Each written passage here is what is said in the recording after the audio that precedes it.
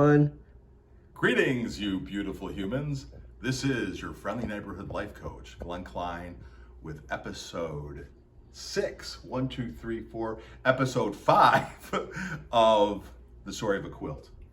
We're taking every t-shirt that is represented here and telling you a story about it. The first episode explains the premise and why I would do anything like this. And then we're taking each shirt and explaining why they're significant, and then launching off to talk about some life coach lessons for all of us. People say, what does it take to be a life coach?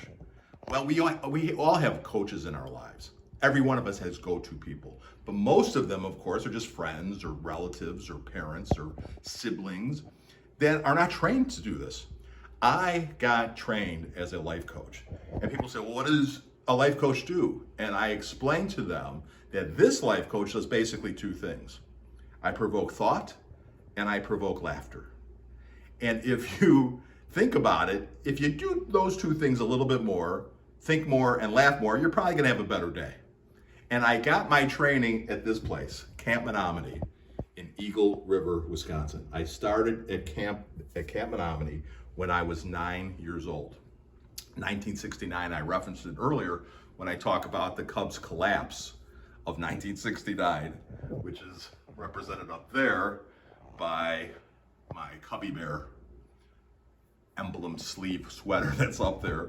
When I was at camp in 69, the whole summer the Cubs were in first place. It was a fun summer. And my father went to summer camp at another camp called Camp Interlochen, just a few miles from Menominee in Eagle River, Wisconsin. But in 1965, Interlochen was sold to the Jewish Community Center from Milwaukee. And my dad wanted me to have a similar, and my brothers, Steve and Jimmy, to have a similar camp experience. He didn't want us to have a religious experience. He wanted us to have a sports-oriented, long-term, all-boys camp experience in the North Woods. So in 1969, they sent me, being the firstborn, to Camp Menominee.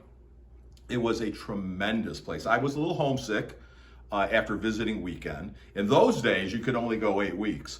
In those days, they didn't let us out of camp for visiting weekend because there was an epidemic years before called polio. You may have heard of it.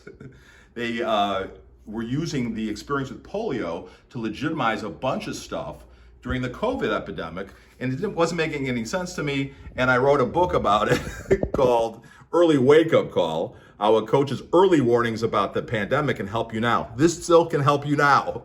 And I wrote that in the spring of 2020, and it was incredibly accurate. And people say, well, how did you know, Glenn? I didn't know, but I do know two things really well as a life coach. I know human nature and human history. Read the book, you will be blessed by it for sure.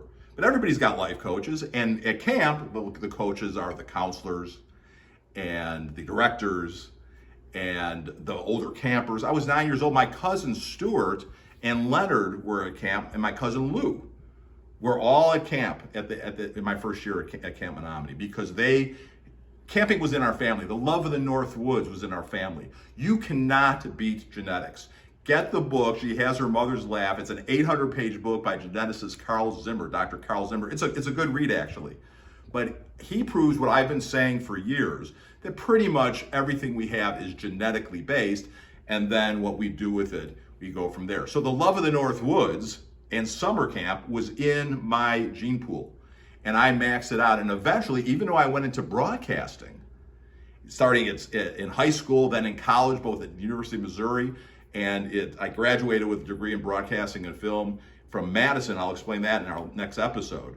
But all I wanted to do was buy the summer camp, which I realized in 1983 with my then wife, Dawn.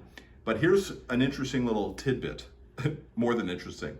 Towards the end of the summer, my counselor at Camp Menominee, my cabin counselor, who was named John, he molested me.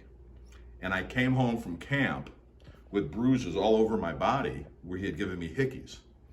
And this is 1969, you guys. And I told my folks, and my folks, as people still do today, didn't want any ruffle any feathers, didn't call the camp, and I had to deal with that emotionally. It took me a long time, a lot of mindfulness practice, a lot of therapy to get over that betrayal by my camp counselor and my folks, frankly, who are wonderful people. John Henry eventually comes back and visits the camp when I own it. We'll talk about more about that next time when we continue. Yeah, this is a memory, but the good news is I got over it. And we'll talk more about how you can heal memories and how you can heal trauma too. If you give me a call at 813-363-9545, email me at grow@coachglennklein.com, or just check out my website at klein.coach. Love you, people.